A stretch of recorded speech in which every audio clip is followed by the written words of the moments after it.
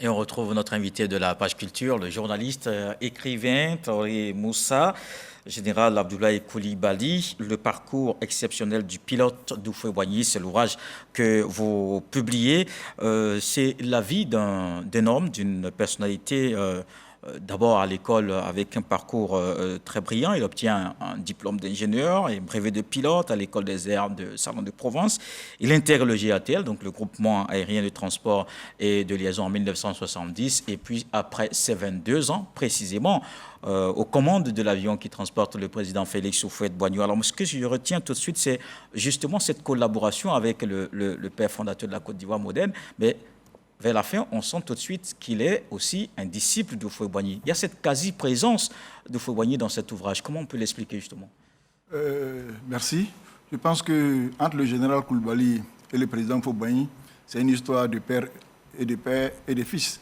En fait, je veux dire que la vie du général Coulibaly est intimement liée à celle du président Houphouët-Boigny. Vous voyez que moi, cette œuvre, ce n'est pas un projet qui a été conçu avec le général Coulibaly en accord. Nous ne sommes pas assis ensemble pour dire qu'on est en train d'écrire une œuvre. C'est l'ensemble de nos confidences, les confidences qu'il m'a rapportées au sujet de sa collaboration avec le président Houphouët-Boigny, comment ils ont commencé, et toutes les anecdotes qui m'ont été racontées. Vraiment, je pense que pendant 22 ans, le général Coulibaly et le président Houphouët-Boigny ont eu un parcours qui méritait d'être su, un parcours où on peut tirer beaucoup d'enseignements. Et j'estimais que ça ne devait pas rester inconnu des jeunes générations parce que ça peut nous inspirer. Oui, ben justement, comment vous avez réussi à faire parler le général qui, je pense, est peut-être resté beaucoup muet sur certaines parties de l'histoire. On ne le voit pas, on ne le sent pas très souvent dans les médias. Comment vous avez réussi à le faire parler?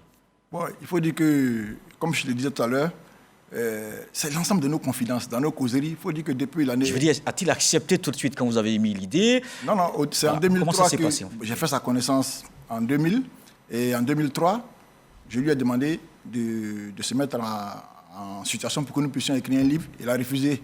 Et donc, il m'a dit, toutefois, si je pouvais moi-même, en tant que journaliste, écrire quelque chose, de le faire. Donc, depuis cette époque, j'ai commencé à mettre nos confidences de côté. Je m'envoyais chaque fois par mail 10 lignes, chaque fois qu'il me lâche une confidence dans nos causeries, au sport, en vacances, à Paris, un peu partout, même chez lui au village, partout où il me lâche une confidence, parce qu'il m'a intégré, il a fait de moi un membre à part entière de sa famille. Donc partout où nous nous trouvons, et il faut dire qu'ayant intégré sa famille pratiquement, donc ses frères, ses soeurs, son épouse, son garde du corps, son chauffeur, tout cela parle avec moi. Donc partout où j'ai une confidence, je viens, j'écris. Et donc, en 2020, donc c'est presque 20 ans de confidence, donc en 2020, quand j'ai fini d'écrire l'œuvre, je lui ai présenté le projet, je lui ai demandé d'exercer son droit de censure. Il a refusé, il a dit qu'il est militaire, donc en vertu de l'obligation de réserve, s'il lisait, l'œuvre risquait de ne pas paraître. Donc il m'a demandé de remettre à son épouse. C'est son épouse qui a fait le droit de censure. Pendant 6 mois, elle a gardé l'œuvre, et quand elle m'a remis le produit fini, je me suis rendu compte qu'il y a une dizaine de confidences qui ont sauté, mais je pense que l'essentiel est sauf. Oui, d'accord. Alors justement, sur cet essentiel, on va regarder ce reportage et on se retrouve. L'œuvre bibliographique Général Abdoulaye Coulibaly, le parcours exceptionnel du pilote Houphouët-Boigny, écrit par le journaliste Moussa Traoré, retrace la vie de l'un des plus proches collaborateurs du premier président de la République de Côte d'Ivoire, Félix Houphouët-Boigny. Sur 196 pages, l'ancien président de l'UNJCI, Union nationale des journalistes de Côte d'Ivoire, Moussa Traoré, revient sur le parcours de ce grand homme de la vie politique en Côte d'Ivoire. Une vie marquée d'enseignements, de hauts et de bas. L'auteur fait ressortir l'autre versant du mythique pilote du père de la nation ivoirienne, son enfance, sa vie de famille, ses goûts musicaux, ses hobbies, mais aussi et surtout son histoire avec le président Félix Houphouët-Boigny. Tout y est. Ce livre compte la vie de cet homme issu d'une famille modeste à Adjamé qui, par le fruit du destin, prend la commande de l'avion du président Houphouët-Boigny. Jusque-là, piloté par un commandant de bord français. Un privilège que bon nombre de pilotes auraient bien voulu avoir dans leur carrière. Cette œuvre littéraire C'est aussi l'histoire de cet homme dont la présence en cabine de pilotage sans pilote blanc aura permis au président Félix Houphouët-Boigny de se réconcilier avec le président guinéen Sékou Touré. Ce dernier qui lui reprochait sa proximité avec le colon. Alors, 22 ans de collaboration, mais qui démarre quand même sous l'orage. C'était très compliqué pour le premier vol. Expliquez-nous cette anecdote. Quand Houphouët-Boigny découvre pas au volant, aux commandes, il y a cet Ivoirien plutôt que cet Européen qui devait être là. Comment ça s'est passé? Il faut dire que leur première rencontre a été anecdotique. En fait, le pilote titulaire était malade et donc il fallait trouver un copilote.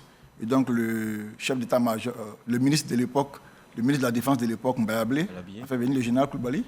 Et donc, on n'a pas expliqué au président Houphouët-Boigny qu'un jeune Ivoirien devait être dans l'avion. Donc c'était un vol sur Monrovia. Et donc ça a été fait. Mais quand le président découvre, à l'arrivée, au moment de saluer les pilotes, il découvre qu'un jeune Africain est dans son avion, c'était une colère totale. Et donc, plus tard, le général Koulibaly et le ministre qui l'a mis dans l'avion ont été sanctionnés. Et donc, 6 mois plus tard, le président Houphouët-Boigny devait se rendre en Guinée chez Sékou Touré. Sékou Touré, à l'époque, accusait Houphouët-Boigny d'avoir vendu son pays aux Blancs. Oui, d'être proche des colons. Oui. Donc, alors que Houphouët-Boigny voulait un transfert de compétences. Et au moment d'aller chez Sékou Touré, Houphouët ne voulait pas de Blancs. C'est là qu'il a appelé le ministre pour dire, mais le jeune pilote que vous avez mis dans l'avion, est-ce que vraiment il est apte? Le ministre lui a dit que, mais, monsieur le président, c'est l'un de nos meilleurs pilotes. Donc, voilà comment il s'est retrouvé dans l'avion. Et après un vol qui s'est bien passé, mais il y a eu un orage. Il y a eu un orage et Sékou Touré était surpris de constater qu'un Ivoirien a fait voler un avion. Et c'est depuis ce jour que Sékou Touré et le général Koulibaly sont devenus des amis, parce que le général Koulibaly a réussi à décomplexer Houphouët-Boigny, qui ne faisait pas confiance aux Africains à cette époque par rapport à ce genre de... Oui, et je vois dans l'ouvrage qu'il y a eu cette amitié aussi entre le général Koulibaly et le président Sékou Touré, justement à partir de ce vol sur Conakry. Alors, quand j'ai également lu l'ouvrage, j'ai noté les 2 qualités qu'on pourrait peut-être dire qui caractérisent le général. Il y a l'intégrité et l'homme travailleur qu'il est. Oui, effectivement, tout à l'heure, j'ai dit que le général Koulibaly est un travailleur infatigable. Il vient de perdre sa fille. Mais je vous assure qu'il vient de m'étonner. Pendant que nous sommes en train de faire les obsèques, il va le matin au travail et il revient à 17h pour les présentations de condoléances à 18h. Où avez-vous vu ça encore ici? Quelqu'un qui perd sa fille et qui se lève le matin pour aller au travail pendant les obsèques. Et je pense que le général Koulibaly, c'est un amoureux fou du travail. Je n'ai jamais vu ça. Et c'est pour ça que j'ai vraiment mis un trait particulier là-dessus. Et je vous donne un autre exemple, si vous permettez. Allez-y. Quand il a été nommé PCA de Aéria, sa première décision a été qu'on lui donne un bureau à l'aéroport, alors que son prédécesseur n'avait pas de bureau. Donc lui, il va au travail le matin comme un travailleur ordinaire, alors que c'est un PCA. Le rôle d'un PCA n'est pas d'aller au travail chaque matin, mais lui, il va au travail chaque matin. Enfin, ce n'est pas l'exécutif au quotidien, oui. Ce sont des qualités qu'il faut mettre en exergue, et c'est pour cela que je pense qu'on a fait un travail qu'il fallait présenter aux Ivoiriens. Alors, il y a aussi ce regard, il y a aussi cette qualité qu'il a d'être admiratif des self-made men.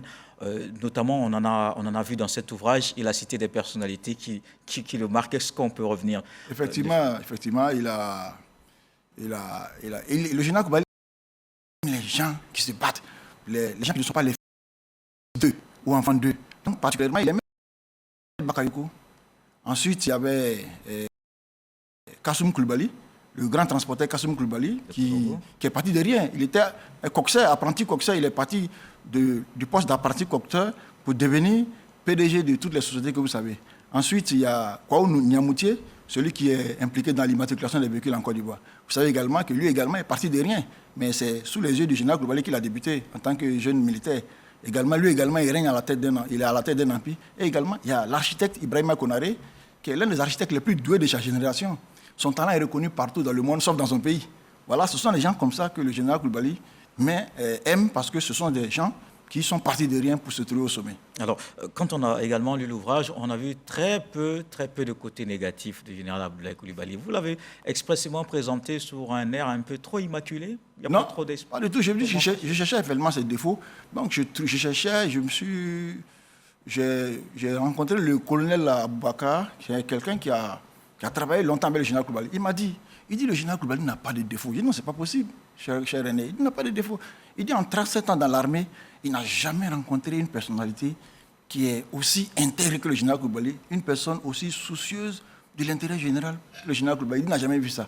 Et c'est là qu'il m'a donné un exemple que j'ai cité dans le... Vous voyez, en allant à Benjerville, à droite, au niveau du carrefour qu'on appelle le carrefour Fékessé, vous voyez la grande surface qu'elle a, c'est un terrain de 20 hectares, mais c'est le général Koulibaly qui l'a acheté quand il était président du Fonds de prévoyance militaire. Mais quand ils ont fini d'acheter le terrain, mais les administrateurs, même les vendeurs du terrain, sont venus proposer que chacun prenne un petit lopin de terre pour assurer ses vieux jours. Mais le général Koulibaly a refusé catégoriquement. Il dit un seul mètre carré de ce terrain ne sera attribué à personne. Et jusqu'à ce jour, ce terrain-là, il appartient exclusivement aux militaires. Oui, justement, en parlant de sa personnalité, en 2000, il était ministre lors de la transition, ministre des Transports, ministre d'État à l'époque.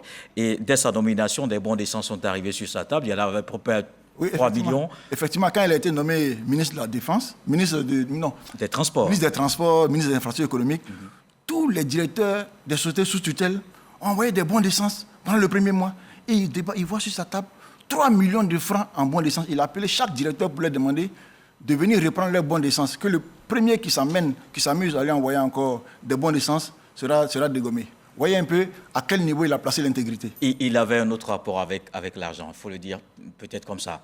Oui, c'est ce que je disais vers la fin. J'ai dit, on peut dire que le général Koulibaly a côtoyé les plus grands de ce monde. Le président Faure-Boigny, il a piloté Mandela, il a piloté Sékou Touré, il a piloté le président Alassane Ouattara. Il y a tout ceci dans cet ouvrage. Mais malgré cela, il reste humble. Oui, d'accord. Merci Traoré Moussa, auteur de l'œuvre Général Abdoulaye Coulibaly, le parcours exceptionnel du pilote d'Houphouët-Boigny, que j'invite évidemment à lire. Ce n'est pas toujours qu'un général, surtout, prend la parole. Et là-dedans, je pense qu'il y a tout, ou du moins l'essentiel, sur le général Abdoulaye Coulibaly, le pilote d'Houphouët-Boigny. Merci. MT, comme on vous appelle affectueusement dans notre milieu de la presse. C'est moi qui vous remercie.